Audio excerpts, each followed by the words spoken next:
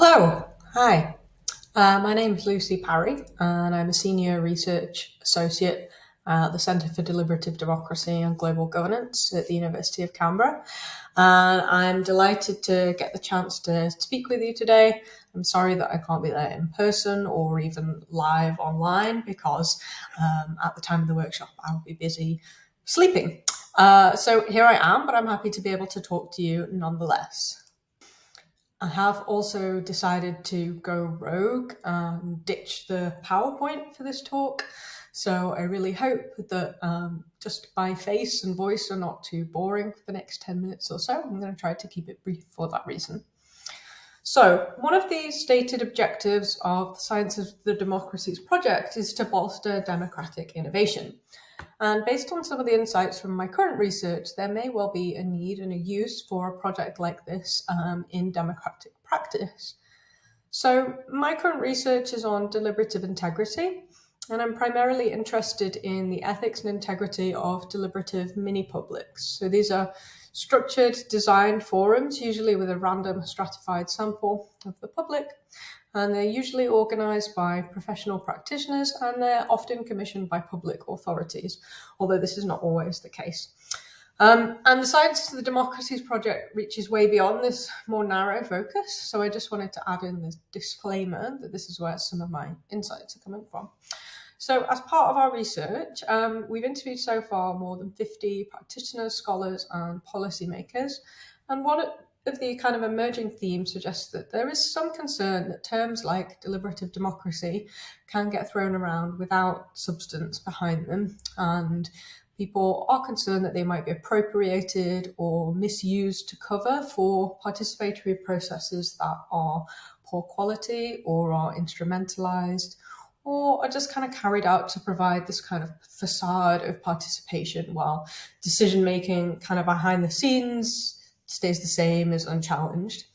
And I want to read a couple of quotes to you along those lines. So, there is a tendency to apply the term deliberative mini public loosely to refer to a range of practices of public engagement. That's from one of our interviewees.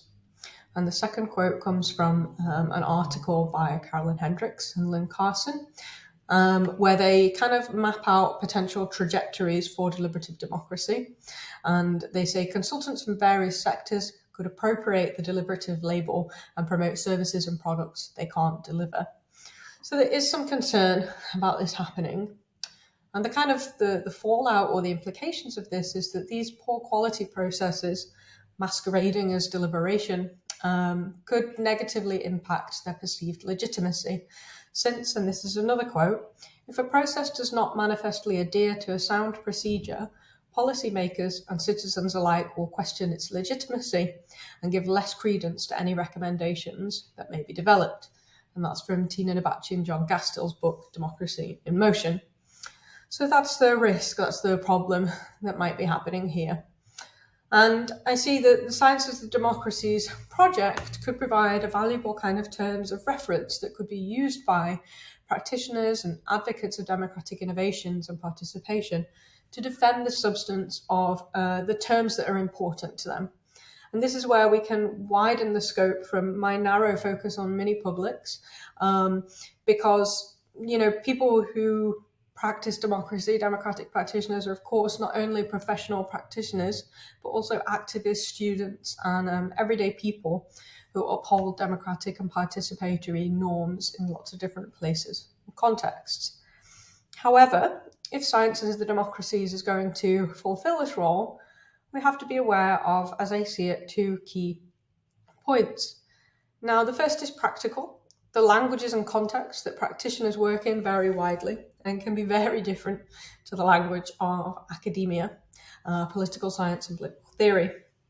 So I think that if the Science of the Democracies is going to be useful, it has to be accessible and engaging and has to clearly articulate the practical value it could bring to democratic innovations in practice. Secondly, and maybe more fundamentally, the question that comes to mind is, who are we to dictate this lexicon to others? And this is a point that lots of other contributors to the project have already made in the blog series In the Loop. So Hans Assenbaum reminded us of the importance of involving the people through democratic theorizing, Benjamin Abrams of the need to connect our conceptual discussions to lived experience, and Brigitte Geisel of the role of self-governing citizens in democratic innovations. So we already know that any sciences of the democracies, in order to be practically useful and normatively defensible, needs to be developed through meaningful engagement with those who might be the end users of it. So if one of the core objectives is to bolster democratic innovation, then the sciences of the democracies needs to be co-produced with those at the forefront of democratic innovations in practice. And this is where a project like Participedia could be a great sort of source of inspiration, I think, because its database is crowdsourced and open access, which makes those barriers between academia and practice more porous.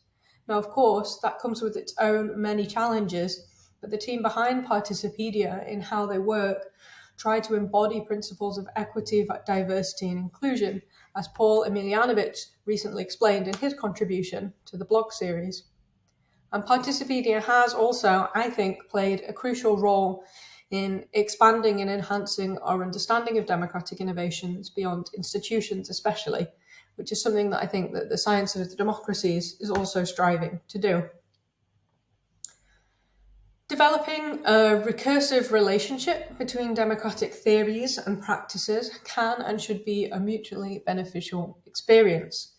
I really feel like more engaged scholarship on democracy essentially makes for more relevant and valuable research for democracy. But this has to be done in a way that is not extractive or instrumental, and that offers value in both directions to the people and groups that we engage with. Now, this is not to say that we all need to become scholactivists or pro-academics. It's not saying that we need to agree with or advocate for the democratic practices that we study. In fact, it's just as important that engaged scholarship also continues to bring a critical lens to democratic practices. And this is one of the things that my current research on integrity tries to do. One of the things we're interested in is really what goes wrong during deliberative processes and what can be done about it. And our approach is about opening up a conversation with scholars and practitioners and policymakers about those more difficult and critical issues. But I would like to end with a challenge, I guess, and I want to reflect on a recent experience I had at a conference. So during our section on democratic innovations, colleagues presented research that calls for greater involvement of everyday people in theory and in practice and in empirical research. And many colleagues presented really valuable critical empirical insights on democratic innovations in practice. And as we do, myself and several colleagues shared pictures, snapshots from these presentations on Twitter. And I know that I and many of my colleagues have a lot of non-academic followers, including practitioners and activists and people working in policy. And these people were asking, how can we watch this presentation? That looks really interesting. Where can I read this paper? And of course, academic conferences are not generally open to the public. It's rather a closed space, and there is a fee to attend and watch online. And I was kind of frankly embarrassed by this kind of exclusivity and the irony, which someone pointed out on Twitter, of discussing inclusion and participation in democracy from within this exclusive academic bubble that excluded non-academics. Although, of course, this conversation is relevant not only to non-academics, but also to academics working in contexts and institutions with scarce resources for things like funding and travel. So when we think about doing more engaged scholarship and facilitating greater dialogue between academia and practice, we also come up against these kind of structural constraints. And I think we're all aware of this to some extent, right? It's not news. Nothing I'm saying here is like revolutionary. And these issues are very much systemic within how academia works. But I do think that as individuals who study democracy, we do have a democratic imperative to do what we can to break down these barriers and make our research more accessible and more inclusive to those outside academia. And I really hope that the Sciences of the Democracies project can take some steps in this direction by engaging with democratic practices and practitioners cross these boundaries in a meaningful and consequential way. And that's everything from me. Thank you so much.